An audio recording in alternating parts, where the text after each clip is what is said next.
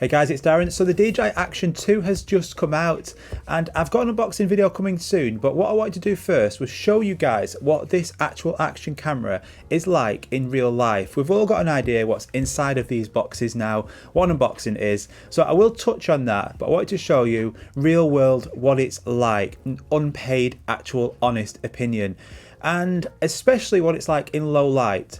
So this actual sensor on the Action 2 has a sensor larger than the GoPro, so it should be pretty good in a low light scenario. So we risked ourselves and we went over to Blackpool and we did some tests. There's going to be 4K 30 tests, 4K 120 showing that slow-mo capabilities, hyperlapses, and seeing what this is like in low light. Now the accessories in the box that I've used on this video, aside from this sticker which I'll just take off now, but you do get 2 DJI stickers. I'll just put that on there.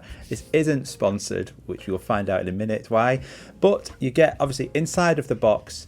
The 3 attachments I used the most was I used this swivel head magnetic mount here, and this is a ball joint here. You can move it and you can attach it to things. So I've got a really small tripod here.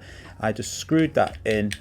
And then what is good about this is that you can just connect it so seamlessly to the magnets on these accessories, and then you're ready to go. You also get this mount which is attaches to GoPro accessories here. Didn't use that. You also get this which is a sticky pad. You can put this on a flat surface or stick this to things. Didn't use that. I used this one, and I used the new chest mount. So this is a necklace. Put this around you. This bit goes underneath your t-shirt, this goes over it, and then the actual action camera just connects on top of it, and I'll show you that in the video. So this camera certainly is useful for taking out with you because it's just so small and it connects easy together. But what's it going to be like in low lights? So here we've just got the actual action camera on the tripod hanging outside of the window, and you can see with that rock steady it is really nice and smooth. With that magnetic mount, you could mount it to surfaces like the top of this car, but I didn't want to risk that on its first maiden venture. So this is filmed at 4K 30, just getting a few different angles here. And in low light, you know, it's not brilliant, but it's all right. The only slight problems I can see is there's slight bits of warping because of that rock steady is having to work really hard because it's nighttime, but in daylight it should be absolutely fine. Hyperlapses always come out really nice on DJI products, and this has looked really good as well, even though it is low light. On this scene here, I've now got it just in my hand, walking, so that's rock steady is working brilliantly, some nice colours there, and for a low light shot, this is decent. I'm now going to be switching over to that chest mount, so it just magnetically connects, super easy. I've now got free access with my hands, don't have to hold anything, and again, it is really nice and smooth. I will touch on there is some weird sort of flashing motions on indoor shots, but that can be fixed with a firmware update. But again, on my chest now, you can see now it doesn't flap around, it is really good. But low light, it's not brilliant. You can see in the corners it's not perfect, but you know, it's really steady and convenient. What do we think? I love using hyperlapses on any DJI product. The only downside to it on this thing is that you can't actually draw a box around an object because this thing is so small. 4K 30 at night time, it does a decent enough job. It's not going to win any Oscar performances this, but it's not bad. But this is a problem. Look at this flashing behind me there.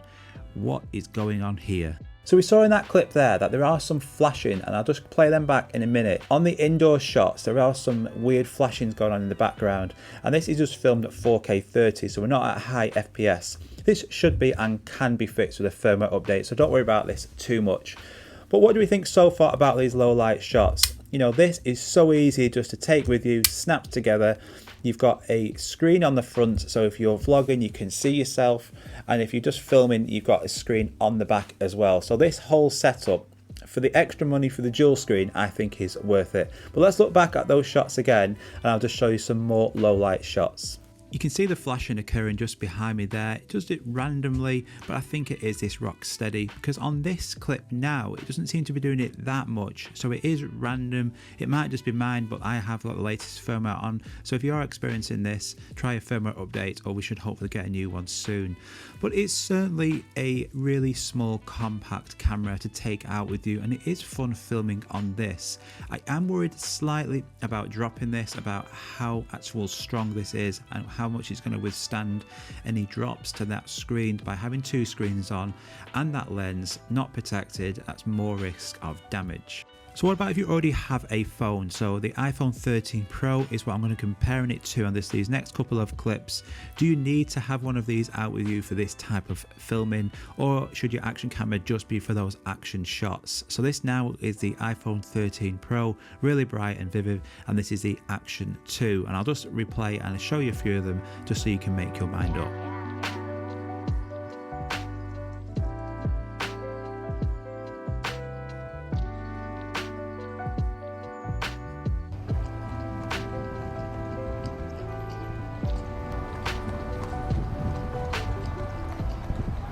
So I think you'll agree that neither are bad, but the iPhone wins. It's definitely a lot brighter and vivid, but let's not forget there's a lot of computational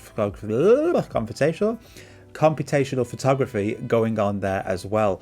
But what do we think so far? So I wanted to test out, because this is 4K 120. There's no 5K on this. A 4K 120 is the best. So we headed over to Central Pier, some of the fun fair rides there. We didn't go on them, but we wanted to film other people on them. So we're going to show you now Hyperlapse over to some of the rides there, and then I'll show you a comparison between 4K 120 on here and 4K 120 also on that iPhone. Let's go. I do like using that chest mount. It's so easy to use. I found myself using this a lot for any hyperlapses, just because it frees up your hands completely and you don't have to hold any tripod. So you can see here now I'm getting this hyperlapse through Central Pier. It was super busy, so it wasn't the best hyperlapse, but you get the idea.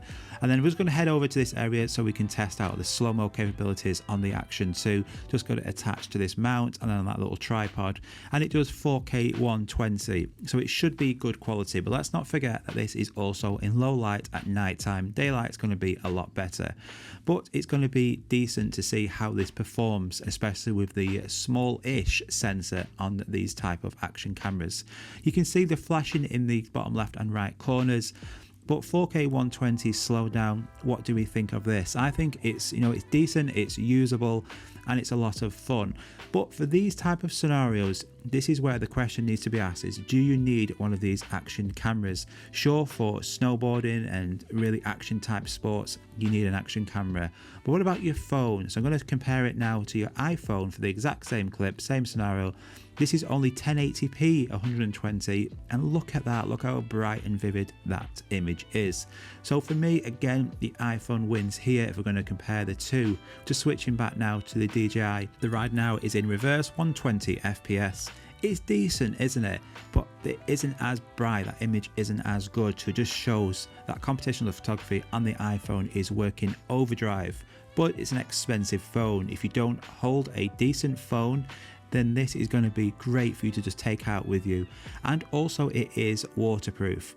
Let's just look at this top bit now. So we can see here, this is normal speed, and then slowing it straight down to 120 FPS, slow down. It's good, isn't it? It's really smooth and it's good enough. What isn't very good is the photos at low light on this. If we just look here, this is the DJI Action 2 photo, and then we just compare this to the iPhone 13 Pro photo. No contest there. But let's hyperlapse over now and just show you some more low light shots. So for low light, it is decent, isn't it? And the small form factor of this action camera means that you can just take this with you really easily and conveniently take some nice video, forget the photos. But if you don't hold a phone that's waterproof, this whole top module is waterproof up to 10 meters, so you don't need to worry about this when it's in the rain, and was able to capture some good low light shots. And because it's so small and discreet, you can capture videos without people looking at you having some huge camera. The magnetic mounts are brilliant and allows you to switch between onto your chest or onto a tripod, or attaching this to different objects. So magnetic mounts included in it is a great feature.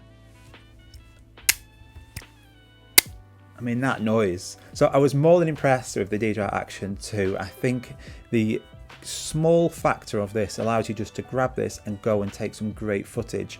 I did compare it against the iPhone 13, which is a fantastic camera and video in that. It's a Pro model. So comparing it to that was pretty mean, I know. It would destroy a ZV-1 or a G7X as well. Any point and shoot camera. The iPhone 13 Pro is just performing excellent. I'm filming on it right now. So it is unfair, but it performed decent. And let's not forget, this is low light. If you need an action camera and you want to actually go out and put this onto a chest mount, if you're on a bike and filming footage there, or in the sea, or for action type sports or events or anything where you're going to be using this for action, this is good. It compares and competes 100% with GoPro, with Insta360s, so it's going to be interesting when we do comparisons how it also performs.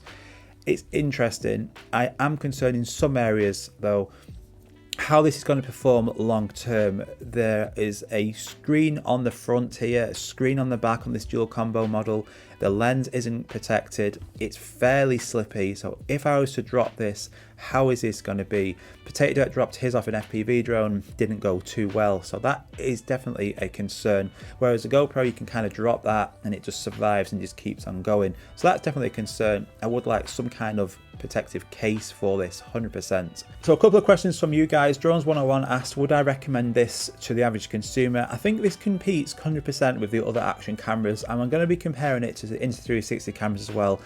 It is got pros and cons, definitely. Firmware updates will make this better. DJI are excellent at bringing out firmware updates. I can definitely see a 5K firmware update for this coming soon. The firmware updates, with regards to any of them flashings we saw, they would also be fixed.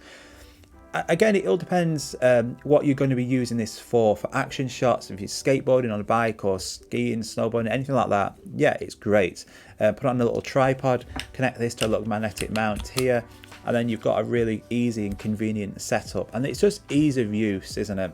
The GoPro, it's looking a bit dated now, because you've got to admire DJI and their sort of forward thinking, similar to Insta360, making products like this, products which other people just aren't doing, and that's really good to see. Another question, the horizon leveling, it's got that, so you can on the chest mount especially, you can switch horizon leveling on, so if your camera tilts it will keep that horizon level. That maxes out at 2.7K for the highest resolution you can use on that. It's good. I'll be comparing it a little bit more, but for a low light test, that is what you're going to be expecting.